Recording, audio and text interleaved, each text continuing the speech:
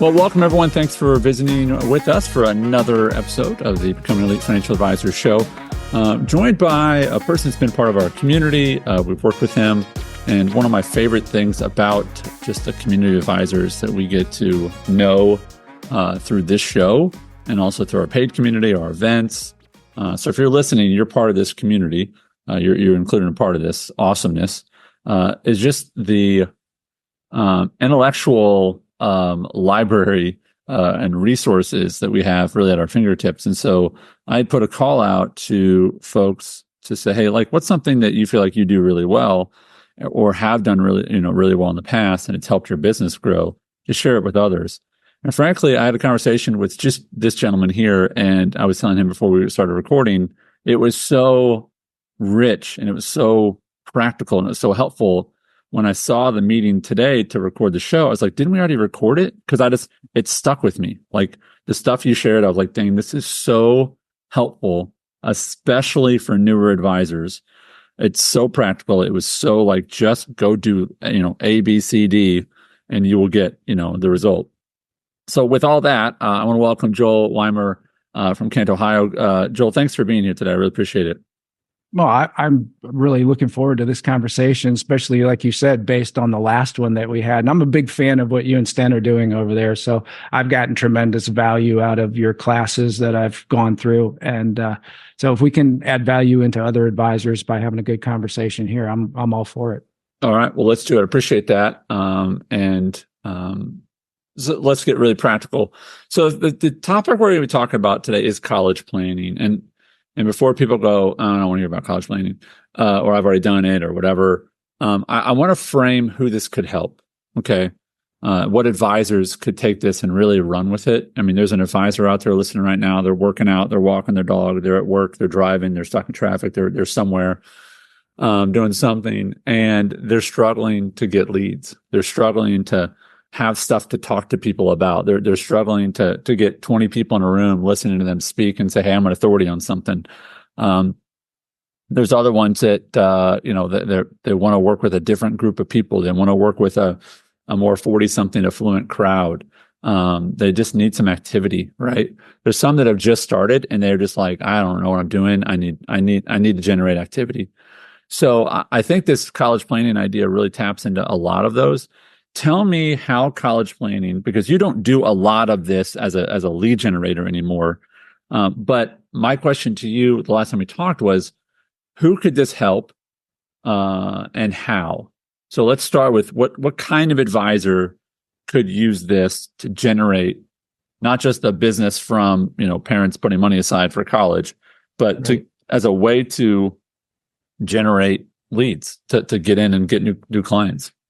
Well, it's definitely a hot topic for parents. So I think the advisor who's working with younger families where they don't have a lot of assets to manage, which is where a lot of us make our money in this business, but showing value to them by helping them navigate through the college planning process. If maybe they have a middle school children or, going into high school, I think that's where an advisor can step in and show tremendous value with those families. Because it's something that most of our industry doesn't do a lot of time. The default option is let's fund a 529 plan. And, as far as that goes, it's great, but it's not really helping them navigate through all the pitfalls that happen, like figuring out financial aid, figuring out, how we're going to pay for this and not put my child behind the 8 ball with debt when they come out of a university. Yeah. Of course, we want them to have a great education, but I don't want to fund it through the use of debt. And I certainly don't want them to come out having a house payment, but no house when they're done with their 4 years of college. So I think on that end, that's tremendous value for that advisor. But I also think older advisors that have a book of business where there's grandparents, that now we've got grandkids coming into the picture where they're going to start getting into the high school years, and college is something that maybe the grandparents want to help them with. That advisor can speak to that particular client as to how they can do that and help the family that has the child navigate through the system. So again, you've got grandparents, you've got, parents who want to start saving for this. Obviously, they want to start moving in that direction. I have to believe that the college planning is one of those things that if you can get in, it's a reason to get in early. If you're an advisor and you're just starting off, or even if you've been in the business for a few years and you're like, I want to be in this business for the next 30 years. Well, you need clients for the next 30 years to stick with you. That's the benefit of being in the business, right? And so, how can you get those? What's your in? What's your introduction, right? How do you get the meeting, right? And I love that phrase. College, it's like the house payment without the house, right? Mm-hmm. And so, how do you avoid that? And I think that, again, the difficulty of college costs is to the benefit of any advisor who's listening, because it's scary. It's so disproportionate to just how much it probably should cost, and the cost of just it compared to income or other things in the world. That I think it's a real pain point. So, what are some ways that, and I want you to speak to someone who right now is like, maybe not. Like, what are some ways that I like to call them hacks, right? Like, what are some things you kind of go, listen, we're not talking traditional boring college planning. Like, what are the kind of topics that we want to have advisors learn today so that they have a different kind of conversation? Like the things like, hey, have you ever considered this? Or did you know this? And they're going to be like, because you told me stuff. And I was like, man, I never thought about that. I've never thought about that as a strategy of what college to choose or how to fund a college. And just to be clear, I'll say it first so you don't get any heat. We're going to talk about ethnicity, right? Your ethnicity and what college you go to, and those things matter in a really unique way. So I want to be sensitive to that. But yes, your ethnicity can be a real advantage depending on what college you go to, which I haven't thought about that, right? So tell us some of the things that some creative, and we can't get super deep, but if you're an advisor who can learn how to navigate these things, then you could charge a specific fee for college planning in addition to assets and such, right? Yeah. So what are some of those things? Yeah, that's exactly right. And I think the first thing to understand and convey to the family that college is a business, right? Their business is to get your student on campus for the least out of pocket dollars that they can give you. So, I mean, that's an aha moment for most people. It's like, oh, there's a lot of competition in getting a particular student on a particular campus. Interesting. So knowing that, you can put some of those things you just mentioned, you can flip the script and put those into your favor if you kind of know the behind the scenes, little inside baseball there of what the college is looking for in the context of what makes the college look better, not what, everybody thinks their child's the greatest child. I think mine are the greatest children, that ever walked the face of the earth. The college doesn't care. They're not emotional about that. All that matters to the school or the university is what makes us look better. Therefore, we go up higher in the rankings, and we end up getting more students applying to our college. Right? I'm in Kent, Ohio State, a couple hours down the road. They have 40,000 applicants every year, mainly because they win championships in football occasionally. There's 9,000, I think, freshmen accepted out of those 40,000 applicants every year. And I think that's an important piece to remember. Like, we're not just talking about like, oh, it's so hard to get into Harvard. Like, it can be hard to get into certain schools just because, the big ones have a bigger name and bigger marketing, and that marketing that was the Georgia-Alabama game a few weeks ago, that's big marketing, right?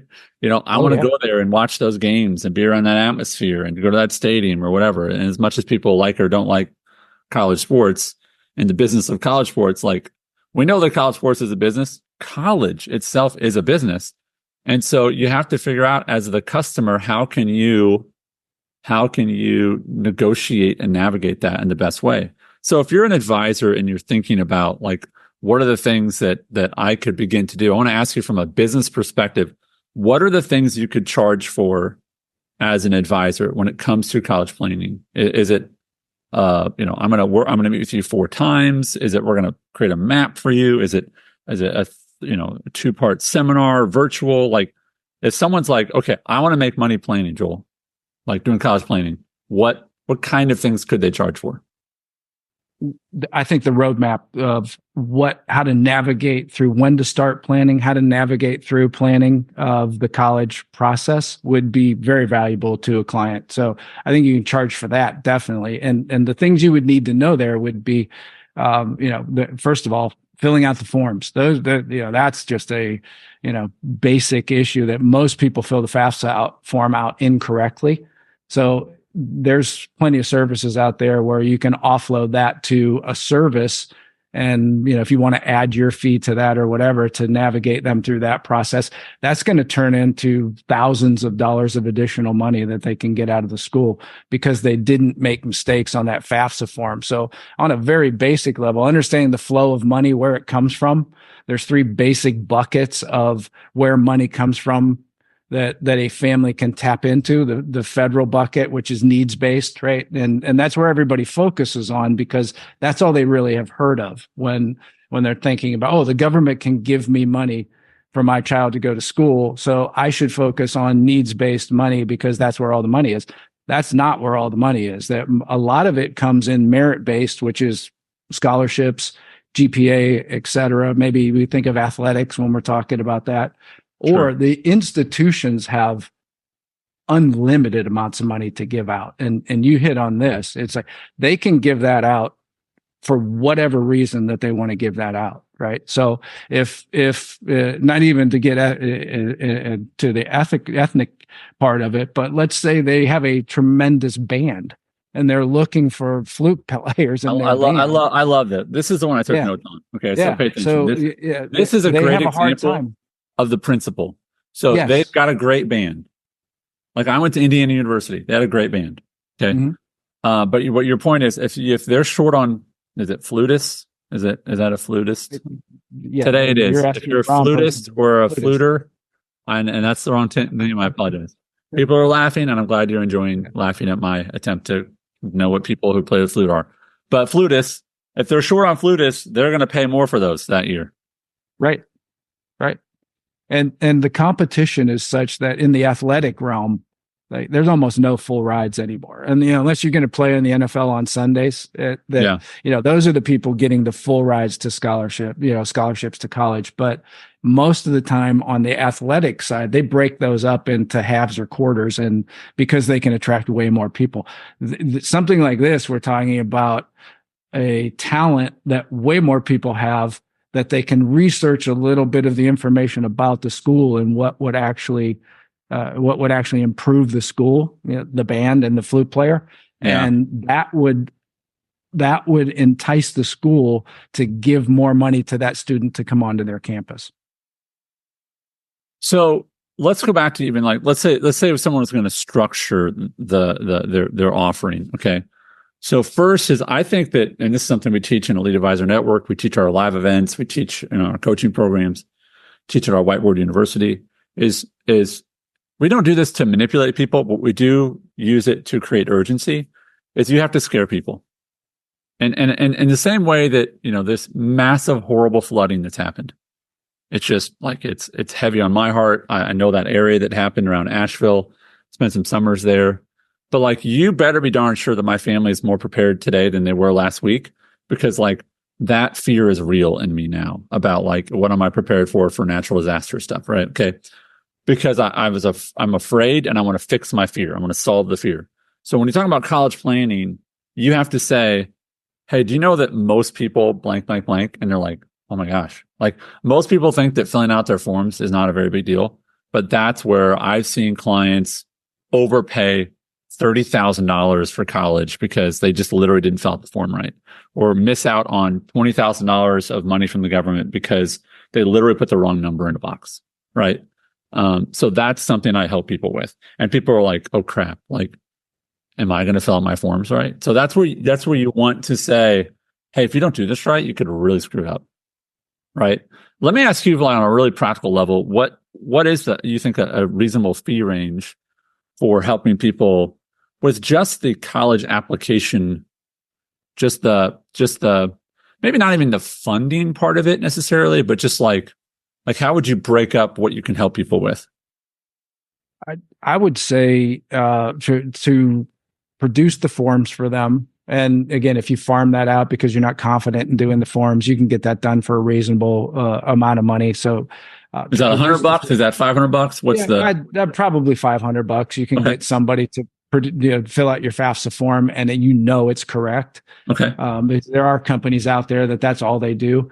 But the second part of that would be to impress upon people to start early, right? Like middle school to first year of going into high school, and then start talking about college visits. Start coming up with a list of your favorite schools, 3 to 5 schools that your student wants to attend, because you hit on something earlier that is absolutely, people don't believe this, but when they see the process happen, they're like, oh, I never knew that could happen.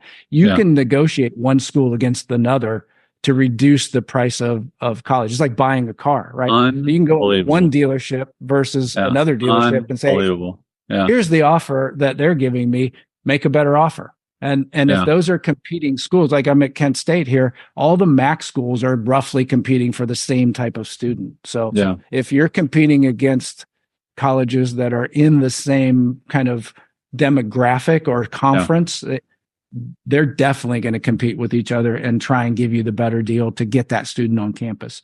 Because ultimately for them, that's the big deal. They can give away some money to get that student to stay on campus for 4, 5, 6 years, and then they're a massive winner in that situation. I think here's one of the challenges I think of helping just as an advisor is you have to create you have to create and help them sort of like realize like, hey, this thing you think is simple, it's there's a lot more going on than you think. Because generally people think you apply, you submit your forms, they tell you how much you can have, and whatever college says yes, you just pick which one. Like that's the simplest version of this. Then you go into know you could fill out the forms wrong, and know there's all these other funding sources, and then know like you want to get chosen by specific schools, but then also that's not when the conversation's over. Then you can have them negotiate against each other in order to lower the cost even more. And then also like this is another big piece. If you think about the complexity and sort of the coaching part of this, and I do want you to give us some numbers of how much you could charge for this, but the idea that you would coach someone and say, listen, I want you to have real conversations with your kids about going their college path. You said something to me about the amount of freshmen that are competing for freshman spots versus juniors competing for junior spots. Can you talk about that real quick? Yeah, those are the kind of things you learn as you go along, because getting into Ohio State's really actually very tough, right? It used to be just kind of a default school when I was leaving high school going into college. Almost anybody could get into Ohio State at that point in time. Now it's really hard to get in there. So going to another school like a community college for a year and transferring into Ohio State second year, much easier to get in. So, that's part, and it also lowers the overall cost of college because that community college is way cheaper that first year than Ohio State would have been had you started there. So, right. Little things like that, and I think make all the difference. And it could be the difference between tens of thousands of dollars in the cost of college over a 4-year degree. Yeah. I mean, I think any college decision is tens of thousands of dollars, right? That's just college now, right? Right. So I totally understand that. It's a good point because the game has changed since parents were in college to the college process today. It's infinitely more expensive. Parents had no clue as to what it would cost because they didn't have to pay those types of dollars. But I would say that's a challenge as well. Is you also have to say it would be like if I was talking to someone about coaching baseball 20 years ago versus today, like, or even college football 10 years ago versus today. Like it's radically different. It's radically different, right? And I think that's one of the challenges that, again, it's an advantage for the advisor to say, hey, moms and dads, your college experience, frankly, doesn't exist anymore. Like the way you got in, the affordability factor. I mean, I heard this stat, and I've got to find this, but it was like if you take people used to be able to work their way through college. They could go to college and work a lot and pay off college by the end of college. I had to work a lot, right? But the idea that you could work your way through college now, like based on the average wage, that was like you have to make $250 an hour, Right. like not even like that. It wasn't a joke. Like you'd have to have a job where you make $250 an hour to work your way through college now, because college has become that much more expensive, right? And so that's the kind of stuff that, for you listening, if you can walk up to someone and say, listen, I can help you solve this problem, or this is how big this problem is, you have to create urgency, right? And clarity. And sometimes you actually have to add a little bit of confusion of like, hey, I know you think this, but this is the reality. So how much do you feel like you could charge for, let's just say you find a way to get 20 families in a room, mm-hmm. and you say, listen, this is my specialty. I can help you with this, and this. And that's the only thing you're going to initially offer them. It's not financial planning. It's not, but it's just, I can help you with this. How much do you feel like is a reasonable fee for that? I think on the low end, 2,500. I think you can show tremendous value that would more than justify a $2,500 fee to walk them through that into the first year of college. And if we're talking about helping them through, all 4 years, and then, maybe helping the family, because that's as you mentioned, I think that's not that we're trying to trick people, but that's the hook to get your foot in the door. Oh, and listen, let me address that, because I think that it's, it's funny how much money that I've paid Apple over the years, and I'm actually happy. I'm happy to have paid Apple, but most people don't start off by buying a $3,000 Mac, right? They start by getting a phone that's they used to be more subsidized, but they'll buy something for kind of $50 a month, and then like, oh gosh, I'm going to get one then my whole family has them, and then we move to Macs only, and then we get iPads, and it's like, the point is add value here and earn the right to add value in other places. But what we all know, listening to this today or watching this on YouTube, is that you as an advisor want to find reasons to talk to people about their finances where they go, I want to meet with you. Right. And then once you get in there and you've earned their trust by delivering a great product, there's a really good opportunity to talk about the rest of this stuff. Right. So it's never a bait and switch. It's how can I give you a ton of value so that you see, hey, I'm a professional. I can help you with this. And what about the rest of the stuff? Right. So, I'm happy to talk with someone about other things if the first thing they did was really valuable. So when you get to promoting things like this, how did you used to get people's attention to have these kind of conversations? It's fairly easy. I think libraries are always open to having people in to have this conversation. So, and they'll help you promote it. They'll put it in their newsletter. They'll post the poster, the flyers up around the library. I put some stuff on Facebook, social media. I would get people that way. I can see, doing pointed mailers. I know people in the business who do pointed mailers just to get people in the room, and that's very successful. Yeah. So I think there's a lot of different ways to get in front of people. Go to the high school, and offer to give a talk about. They'll bring the schools in, but that's a little bit like the fox in the hen house, I think. When a college comes in to talk to you about financial planning, it's like, I don't know that their incentive is to reduce the overall cost of college so much. So, maybe if you have a relationship with a high school or a middle school, offer to talk to the parents at a PTA meeting or something like that. That's been a great avenue as well. All right. You've got a lot of people interested, but they're also like, I don't know where to start. Like I went to college and I paid for college, or I'm still paying for college. Right. Right. But this is interesting, but I'm not there is as much a specialist in Social Security as they are in college planning, which is not much, right? Mm-hmm. So where would you go to start to get better at this? Just understanding I think you can create urgency with families, just understanding the actual cost involved, and start asking questions about how they're going to actually pay those costs. Yeah. And then I think if you put 10 hours of study and the information's all out there. If you put, and I'll be happy to talk to anybody, Andy, to, I'll give my cell phone number out here. We can have conversations about where you can turn and some resources that you can look at. But Well, I'm going to make him at least. I'm going to make him at least look in the show notes because we have thousands of advisors. So I appreciate your generosity. Okay. Yeah. But well, we'll put your email address in the show notes. I appreciate your concern there. So yes. So we're talking a minimum of 2,500. I mean, can it get to 7K? Can it be a larger fee, or is it kind of I think if you get good at it and you can show value so I made all the mistakes. This is how I know all these things. So and then I ended up running into at a conference, as you do, you talk to other advisors at conferences, and the guy just said, "Hey, I'm a college planner," and I'd been in the business 20 years. And I had no clue what that was. This is when my daughter had already just that's right. I forgot that. Yeah, I forgot to ask you. Yeah. This is a great and horrible story. So go ahead. Yes, it is a great and horrible story. Sorry. So my daughter had just finished, and I'd cash flowed that one.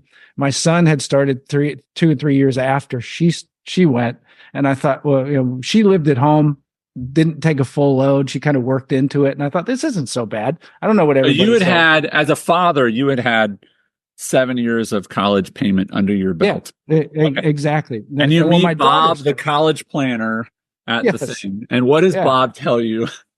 And I'm bragging to Bob because I thought, hey, I've cash flow. My kids aren't coming out with any debt. I don't have any debt. I paid it all out of pocket. They're saying pride comes before the fall. Yeah, that's right. Yeah. I kind of got the feeling he was waiting just to drop the other shoe on me here, and he was. And he said, I kind of hate to tell you, you kind of don't know what you don't know about the college system and how you actually access money out of it and pay for it in the most efficient way. You probably overpaid by $30,000 for each kid, if I'm guessing correctly. And so I immediately wanted to throw up, right? Here I am thinking I did everything right. And he said, for example, when you filled out the FAFSA, did you put your business net worth on the FAFSA form? And I said, well, of course, it asked for it. And it's a lot like a tax return. So as an advisor, you're looking at, I can handle this, right? I can navigate through this. I know my way around a tax return. I can figure this out.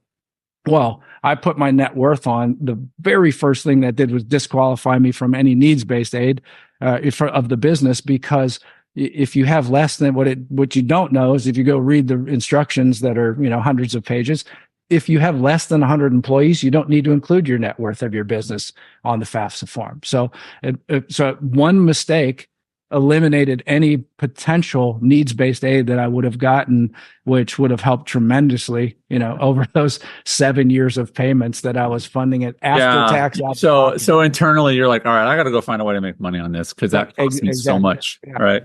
So I want to encourage folks that nugget right there, and there's probably 50 nuggets that you could go find to use in different situations, but even that nugget of say, oh, are you a business owner? Yes, I'm a business owner. Okay. Well, did you know that if you fill out the FAFSA form wrong, that you may disqualify yourself for tens of thousands of dollars simply because you feel like you're following the rules, but the rules are more nuanced, and most business owners just actually end up costing themselves a lot of money because they just don't know that there are certain ways to fill out the form that are legal, but also allow you to have more aid, and they're going to go no because they don't know that. Right. Yeah. So that's where having stories about things like that. I once worked with a business owner, or even if you're listening right now, you could use the story. I know a business owner who thought he was filling out the form correctly and put it in there and immediately negated probably $30,000 of assistance that he would have qualified for, but he thought he was doing the right thing. And in fact, he wasn't. And it cost him dearly. And that story is just the one we just told. And it's about Joel, right? But the point is, you just have to have a story for those different situations, right? Or my kid's really sold on going to UT, University of Tennessee. Great, but did you know that in Tennessee you could do the community college for 2 years, and that the percentage of kids trying to get into UT as a junior versus a freshman is 10x smaller, right? Or 1/10, I should say, 1/10 the size. So there's gonna be way less competition, and that decision could save you, $100,000 between what it would cost for those first 2 years then they're going to go on with credits. They're probably going to get, and they're like, oh, I never thought about that. Right. So, and it's like, yeah. And I would say this, friends, you want to get them to the point of almost overwhelm or confusion where they're just like, well, that's a lot. And you're like, yeah, it is. That's why I help people with this. Right. You don't say, now let me give you the 12 steps. You say, here's the first 3 steps. And that sounds really complicated. Yep. Okay. Well, then that's why we should work together. That's everything we teach in EAN is let me show you something. And they go, that's exciting. I want that. Great. Now you pay me. Right. Right. Right. It's like a test drive, take the car home for a day. That's fine. And they're like, I really like this. I want more of it. Great. Pay me. Right. And that's a good exchange, because also remember this, if your fee is $5,000, just say, this is a potentially $80,000 to $200,000 decision. And I help people better navigate it. And my fees are, $4,000 to $8,000. So if I can help you navigate a $200,000 or $150,000, $100,000 decision for, let's say, $5,000, and there's a $20,000 or $30,000 swing based on working with me, do you feel like that's a fair amount? Like you're asking someone that. Right. And they would go, yeah. Because if they say no, then you don't want to work with them because you're like, forget it. You can't do it. Exactly right. Yeah. Right. Yeah. All right. Let's wrap up. Let's wrap up. I want you to share anything I didn't ask about that you feel like this is advisor to advisor. What else do you want them to know or remember when they think about college planning? Well, one quick thing that you hit on that I wanted to, if you really want to niche down into this and charge maybe $10,000 as a fee, business owners are the people to really concentrate on. I think that's a tremendous value right there. So you hit on that, and I want to make sure we highlighted that, because that one mistake cost me maybe $60,000 for $10,000 with a business. And there's plenty of other strategies that business owners can use to help put their kids through college, and that's easily discoverable. So if there was one thing, I would say get families to realize that it's not always about the first child. If you have more than one child, you can do. You might be better focusing on the second child and the third child, because what you're looking to do, like tax planning, is reduce your overall bill over the course of college. Okay. And sometimes that doesn't happen on the first child because they were a junior when you found out about this process in high school. Right. But you've got a 9th grader and a 7th grader coming along where you could drastically reduce that bill. And overall, you're gonna get out of the process with far less dollars out of pocket. Right. Yeah. Wonderful. Well, we are going to put your email in the show notes. So Joel, thank you for your time today. And folks, this is the kind of information we want to bring you. This is from our niche series. So if you have a niche that you feel like, hey, I figured some things out and I'd love to be on the podcast and share that with some other advisors, I'm just going to ask for you to tap into that generous spirit. And, you don't have to give out your phone number, your email, like you can just be on the show. Appreciate you doing that though, Joel. But I just want to remind folks, like, we work really hard to foster a community of, generous people, of abundant minded people. So if you're listening and you have any sort of niche that you've ever felt like, you know what, I figured a few things out with people who own flower shops. Cool. I want to have you on the show. Right. So if that's you, just email me, Andy@eadvisornetwork.com, and let me know, what your niche is, and we can talk about that. Joel, thank you so much. I know that you're not doing as much of this anymore, but I want to remind folks that this can be a great place for you to go find new clients if that's something you really want. And I also think that for advisors that are newer in the business, if you can get in with someone and their kids are in that college or getting close to that college, then they're probably in their, I'd say, late 30s by that time, early 40s. And that's a really nice time to get in with a family and then roll with them for the next. There's definitely going to be some insurance needs there, right? But that can be a really nice time to get in with the family and then walk with them for the next 20, 25 years. So love it for a lot of reasons. Joel, thanks for breaking it down for us. And folks, thanks for listening to the show today. And we look forward to having you back for the next one. Thanks, everybody. Thanks, Joel. Thank you.